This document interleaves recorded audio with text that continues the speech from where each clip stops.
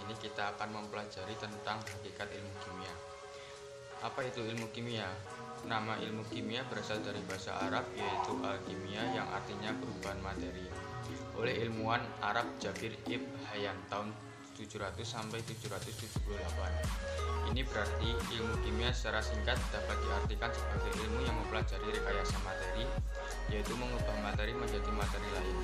Secara lengkapnya, ilmu kimia adalah ilmu yang mempelajari tentang susunan, struktur, sifat, perubahan, serta energi yang menyertai perubahan suatu zat atau materi. Zat atau materi itu sendiri adalah segala sesuatu yang menempati ruang dan mempunyai massa. Jadi, hakikat ilmu kimia adalah bahwa benda itu bisa mengalami perubahan bentuk maupun susunan partikelnya menjadi bentuk yang lain sehingga terjadi deformasi, perubahan letak susunan. Ini mempengaruhi sifat-sifat yang berbeda dengan wujud yang semula. 2. Manfaat mempelajari ilmu kimia. Apa yang kita dapatkan saat mempelajari ilmu kimia? Manfaat yang kita dapatkan saat mempelajari ilmu kimia diantaranya adalah: pertama, pemahaman kita menjadi lebih baik terhadap alam sekitar dan berbagai proses yang ada di dalamnya. Yang kedua, mempunyai kemampuan untuk mengolah bahan alam menjadi produk yang lebih berguna bagi manusia. Yang ketiga, membantu kita dalam rangka pembentukan sikap. Selanjutnya, cabang-cabang ilmu kimia. Setelah kita tahu sebelumnya, kita juga perlu tahu cabang-cabang ilmu kimia. Cabang ilmu kimia terbagi atas beberapa jenis, yaitu kimia teori, kimia fisika, kimia analisa, kimia anorganik, kimia flavor, geokimia, biokimia, dan lain sebagainya. Materi selanjutnya adalah keselamatan kerja di laboratorium. Apa itu laboratorium? Laboratorium adalah suatu tempat bagi seorang praktikum untuk melakukan percobaan. Praktikan adalah orang yang melakukan percobaan atau praktikum. Kita pun juga harus mengetahui bahan-bahan kimia yang ada di laboratorium.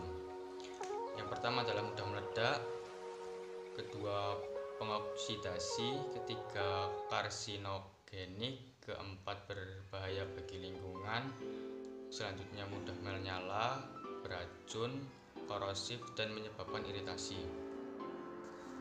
Sebelum kita melakukan percobaan di laboratorium, sebaiknya kita melakukan persiapan kerja terlebih dahulu.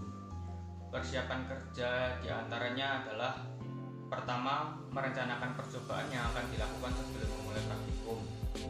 Kedua, menggunakan peralatan kerja seperti kacamata, jas praktikum, sarung tangan, dan sepatu tertutup. Bagi wanita yang berambut panjang, diharuskan mengikat rambutnya.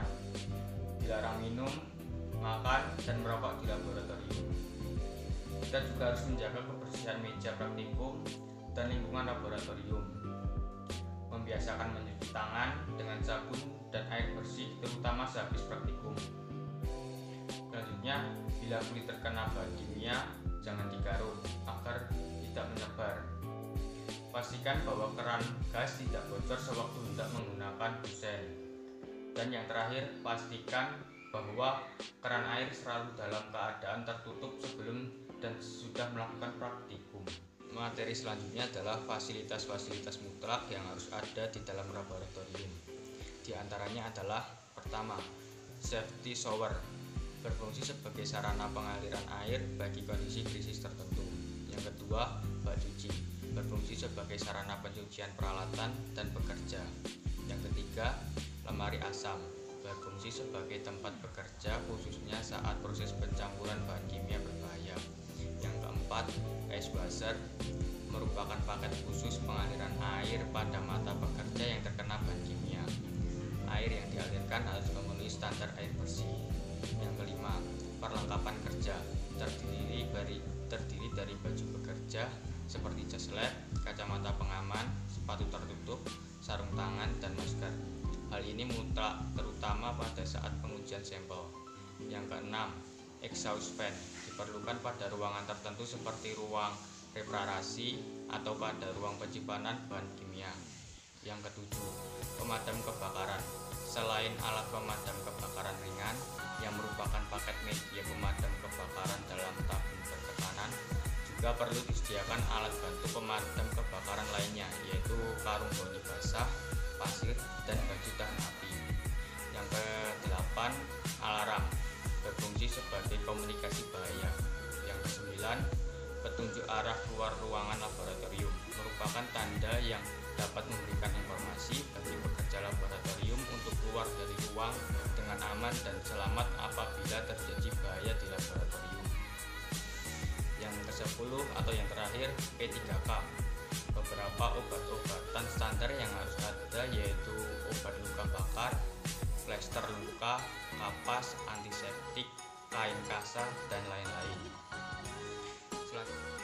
Materi selanjutnya adalah peran kimia dalam kehidupan. Ilmu kimia merupakan cabang ilmu pengetahuan yang menjadi dasar banyak ilmu lainnya. Banyak orang yang salah mengerti tentang bahan kimia. Bahan kimia yang sering diartikan sebagai bahan yang pasti berbahaya.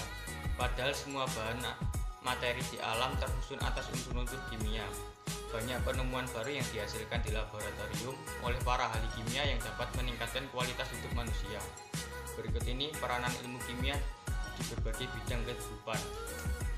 Yang pertama, bidang kesehatan, bidang pertanian, bidang industri, bidang biologi, bidang arkeologi, dan bidang hukum. Sekian yang dapat saya sampaikan. Jika ada salah materi atau kata, saya mohon maaf. Just another lemon tree.